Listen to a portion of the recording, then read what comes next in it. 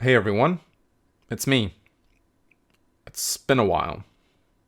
Apologies for the long silence, but in light of everything that went down, I thought it was best to take some time away and reflect and to contemplate my thoughts.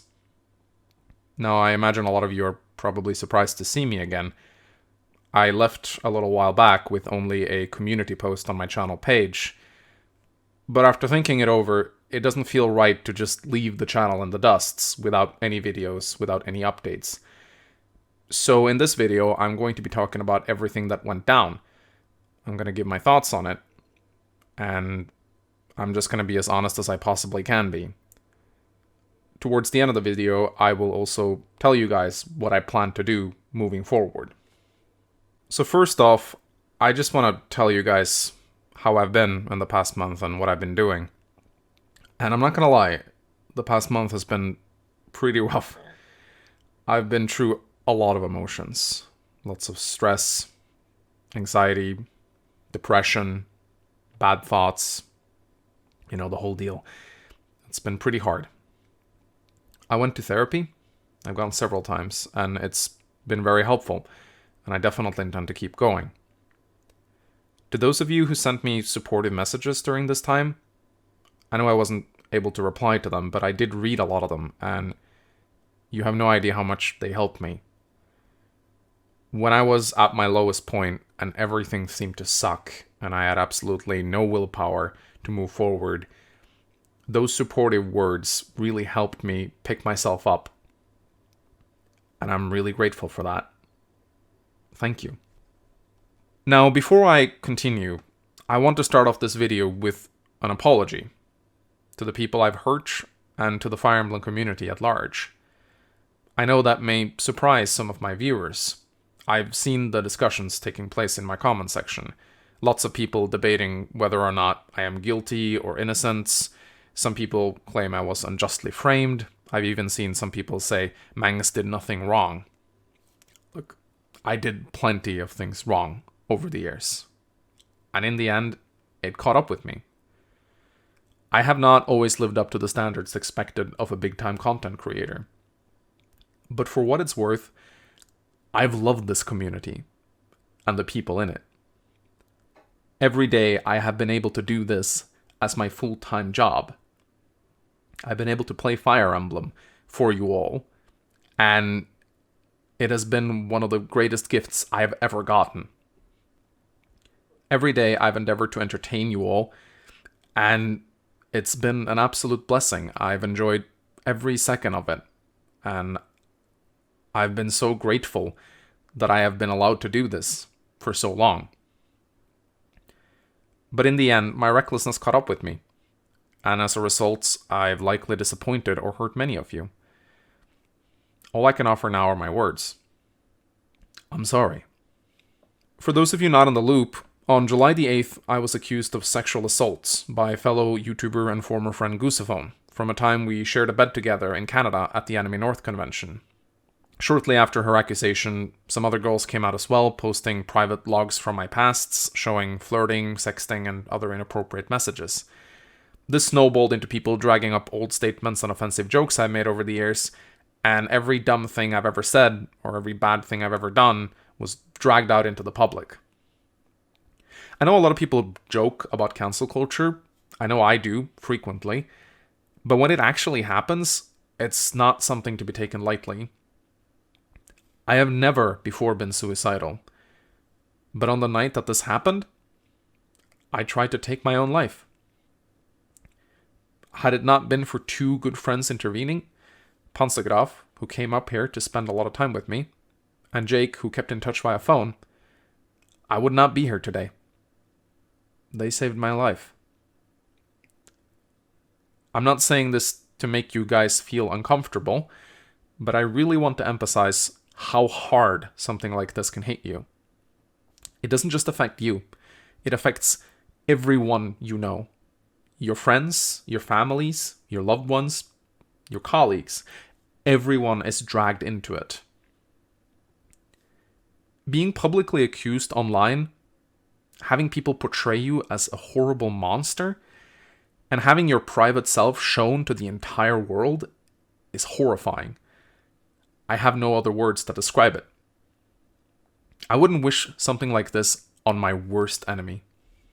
I know some of you just want me to come back, to pretend like none of this ever happened and just continue on with business as usual. Show the middle finger to Twitter. Just say, screw you guys, I'm gonna keep doing what I do. And yeah, it's tempting. There's nothing stopping me from doing that. I could just take zero responsibility and blame everything on cancel culture. But at the end of the day, I don't think this really shows a lot of self-reflection on my part. If I am incapable of taking responsibility for my own actions, what does that prove? If I just point the finger at everyone else and say it's their fault for calling me out, it proves nothing. Now, don't get me wrong. I think cancel culture is toxic and destructive, and I think it harms a lot more than it helps. But the truth is that over the years, I have put myself in a position to be cancelled. That's on me. I'm far from a perfect person. I'm not even close to a perfect person. But I'm not the monster they portray me as. Look, I'm not going to make any excuses. Flirting with female fans over the years who latched onto me due to my status as a YouTuber was unhealthy and wrong. The way I treated my first designer, Mina, was unfair to her, and it was inappropriate to our working relationship. Even the way I acted at Anime North in misreading signals was wrong. I make no excuses for any of that. However, I will make one defense of myself in this video, and that is regarding the claims of sexual assault. A lot of people were confused when I left. Some people claimed that I admitted to all guilt, which is not the case. In my resignation, I admitted to having problems with women and alcohol, which is true. I admitted to having hurt people, which is also true. But I never admitted to sexually assaulting anyone. I'm going to reiterate what I said on the day that I got accused. The morning when the incident happened, I was sharing a bed with a girl that I had flirted back and forth with for a long time. A bed that she insisted we share during the convention. I was half asleep, hungover from the night before, and I misread the situation and crossed the line when I cuddled up to her in bed. When Goose later confronted me about it and said she wasn't comfortable with what had happened, I was a little surprised at first, but then I apologized to her. We made up, we talked it out, and we remained friends. We even continued making several videos together on my channel. In one of them, our pair-up, we talk about how much fun we had at the convention. Over the past year, we have talked with each other and joked around frequently, all the way up until just a few days before the accusation. Look, I'm not calling anyone a liar. I can't tell someone else how an incident affected them, or how they're allowed to feel about it afterwards. But the way she describes those events just don't match up with my account of what happened. She claims things that I didn't do. That I was rubbing her up and down, that I was smelling her hair, that I pressed myself to her butt. I didn't do any of those things. Even when we talked about the event after the fact, it was never once described to me as sexual assaults. And we talked about it many times. A lot of people have been asking, if I'm not guilty of what Goose accused me of, why did I step down? Why did I delete my Twitter? Why not stick around and keep fighting until I've proven my innocence? Well, while what I did wasn't sexual assaults, I still don't think what I did was okay, and I am ashamed of it. Also, given the situation, I didn't really have much choice. Trying to defend yourself in the face of an accusation that is your word against someone else's just tends to make things worse. Most people's minds were already made up when the accusation was made. The best thing I could do in such a situation was to take a step back and let things run their course. That doesn't mean my apology at the time wasn't sincere. I meant every word of what I said. I feel awful about what happened. I never wanted to hurt anyone. At the end of the day, this is a he said, she said situation. I can deny it as much as I want, but all I have is my word. I know my track record of flirting with women doesn't paint me in a good light, but I want to emphasize this. I know my humor can sometimes make me come across as a little creepy or inappropriate, but I am not a person who forced myself on women without their consent. I take no for an answer. I would never sexually assault anyone. All I can do now is just to apologize for what went down and try to learn from this situation so I can be better in the future. After I left the community, a lot of details behind the accusations came to light. It turns out that this wasn't a series of separate incidents, but rather a coordinated effort to take me down. Screenshots of their group chat where they organized all this got leaked to the public. I'll be honest, I wasn't very surprised when I learned about this. I always figured something of the sort would happen sooner or later, that a group of people would band together and come after my channel and really try to take me down. But I always assumed that the attack would come from the outside, not from the inside. Not from people I had known for years. Look, I understand some of the people in this group that when they heard Goose's story that they felt a desire to support her. In their shoes, I probably would have done the same thing. But what really gets to me is that in this group full of people that I had known for years, not one of them bothered to reach out to me and just ask, "Hey man, is this true?" I know some of these people really well. I made videos with them. I met some of them in Canada in what I consider one of the best weekends of my life. I talked to them frequently. They certainly had means of contacting me if they wanted to. And yet, none of them were interested in hearing what I had to say. Not one of them wanted to hear my story. All of them jumped on the accusations without a second thought and immediately proclaimed me guilty. Later on, when one of their own got accused, they suddenly shifted their standards. Suddenly it was a lot more important to be skeptical, and I guess it wasn't as important to believe all victims anymore. Other people in the community called out this hypocrisy for what it was, and I am very grateful for that. I will say this though, I'm being very hard on the people in this group right now. And I really want to underscore that I don't throw everyone who was in this group under the same bus. And I don't think you guys should either. Many of them were there without knowing the full story, and I think a lot of them were just there to offer their support. I know a few of them left once the group turned more malicious. Many of them have later been harassed for their involvement in this group, despite having very little to do with it. Those who were the main driving forces behind that group have been exposed for who they are and what they did. And even some of the people who stuck around have later reached out to me in private and offered their apologies. I don't think they deserve to be hounded for this forever. So now, I want to address some of the crude jokes and offensive statements that were brought back up during this whole ordeal. And I know what some of you guys are going to say. You're going to say, "Mangs, don't apologize to these people. They dug up these jokes with the intent of taking you down." And yeah, they did. I'm well aware of that. I know how cancel culture works. And this is an aspect of it that I really dislike. How people will dig up your history, try to find jokes that you made years ago that have aged poorly, and then put them on display to show everyone what a terrible person you are. It's also pretty dishonest considering many of the people involved knew full well what I had said in the past, but they conveniently chose to ignore it up until the point where it was more convenient to act outraged. But let me be very clear when I'm talking about this. I am not apologizing to the people who tried to tear my channel down. I'm apologizing to the people in my audience and in the community who were legitimately hurt by the remarks that I made. When I look back on some of the things I've said in the past, I honestly can't believe some of it. Yeah, it's true, I've always been a little edgy and inappropriate, but some of the things I've said in the past do make me legitimately feel ashamed. And I really do mean it when I say, I'm sorry. Back in the day when I had a much smaller following, I was kind of secluded into my own little bubble, and I enjoyed stirring up trouble with other communities. I liked offending people. I wanted to show everyone that I didn't care about the consequences, that I could do whatever I wanted or say whatever I wanted. That's why I did and said so many stupid things. I liked being controversial, and some people enjoyed that aspect about me. However, there is a difference between speaking without a filter and going out of your way to intentionally offend people. In the end, that kind of attitude is just sort of immature, and it will just end up hurting people and get you in trouble. So over the years, I tried moving away from that kind of humor.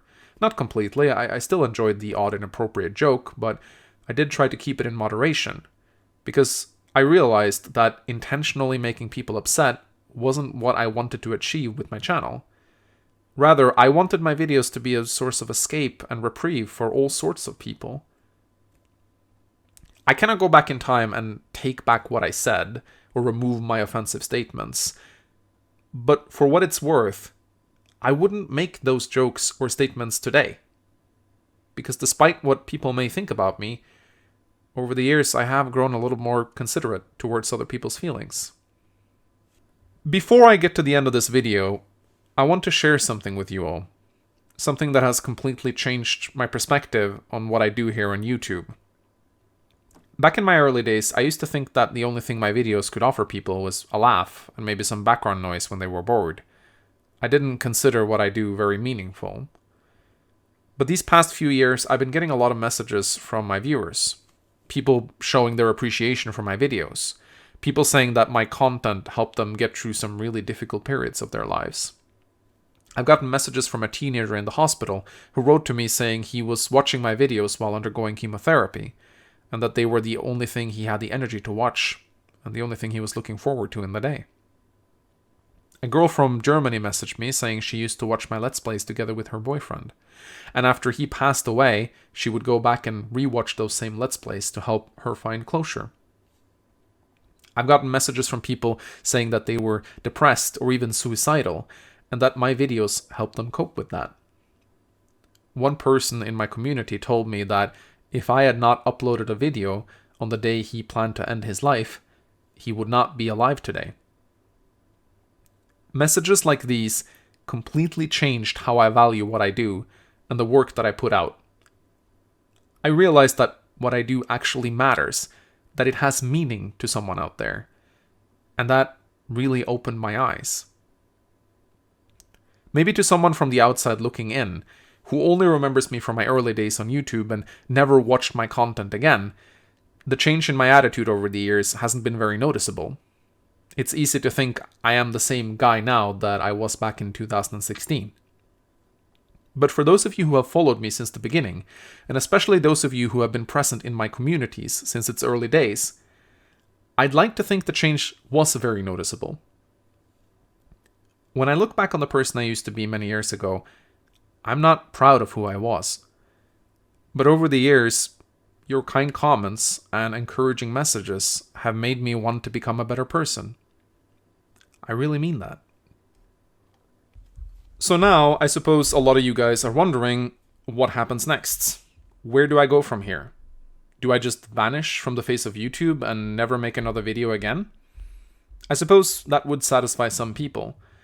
But I also know that many of you get something valuable out of what I do, and I really enjoy giving you that. Based on the hundreds of supportive messages I've received over the past month, it seems as if some of you still miss my videos. So after thinking it over, I've come to a decision. I will not stop making content on YouTube.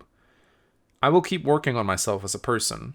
I'll keep going to therapy and I'll sort out my issues. That is my promise to you guys. But I will keep doing what I love every day, which is playing Fire Emblem and making videos about it. I may not consider myself part of the Fire Emblem community ever again, and they might not welcome me back in it, which is completely fair. But that does not mean I have to stop playing Fire Emblem. Over the next couple of weeks, I plan to gradually start releasing content again, and I have plans for more than just Fire Emblem. Eventually, I plan to go back to daily uploads. But I will only be active on YouTube. No Discord, no Twitter, no Facebook. I think social media is not healthy for me, and staying away from it is probably the best decision I can make. At the end of the day, making videos is my life's greatest passion, and this YouTube channel has been my sole focus for the past 5 years. I love what I do, and I want to share it with you all. I want my videos to continue making people smile, and I hope you all understand where I'm coming from with this. That is everything I have to say. Thank you for hearing me out. And for those of you who plan to stick around, I'll see you soon. Until then, my name has been Mangs. Thank you for watching.